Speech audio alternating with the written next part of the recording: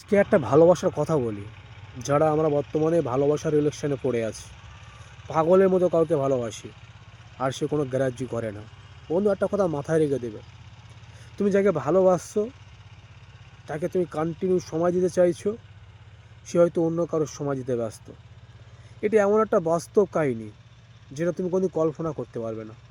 তোমার জীবনে সবচেয়ে তুমি যাকে বেশি ভালোবাসো, যার দায়িত্ব তোমার কাছে অনেক বেশি, যার মূল্যবান তোমার কাছে অনেক বেশি, যাকে তুমি কন্টিনিউ বোঝাতে চাও, এখানে যেও না, ওখানে যেও না, এর সঙ্গে কথা বলবে না, ওর সঙ্গে কথা বলবে না, কোথায় ফোন করছিলে, এতক্ষণ কোথায় ছিলে, যখন এগুলো জোর খাটাচ্ছ, তখন সে তোমার প্রতি বিরক্ত হয়ে যাচ্ছে, তোমাকে সে বাদ দিতে চাইছে।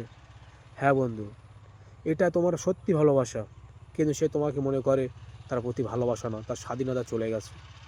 তাই যেমন মানুষ থাকতে চায় তাকে থাকতে দাও। যদি মনে হয় যে না, সে ভালো নয়, তবে আমার মনে হয় তার থেকে এগুলো না করে বরঞ্চ সরে যাও। দেখবে তাতে তুমি শান্তি পাবে। আর যত তুমি তাকে বলবে যেখানে যেও না, ওখানে যেও না, এর সঙ্গে কথা বলো না, যখন সে করবে না কন্টিনিউ, তার থেকে তুমি কষ্ট পাবে, দুঃখ পাবে। তোমার কষ্ট দিনকে দিন আরও বেড়ে যাবে।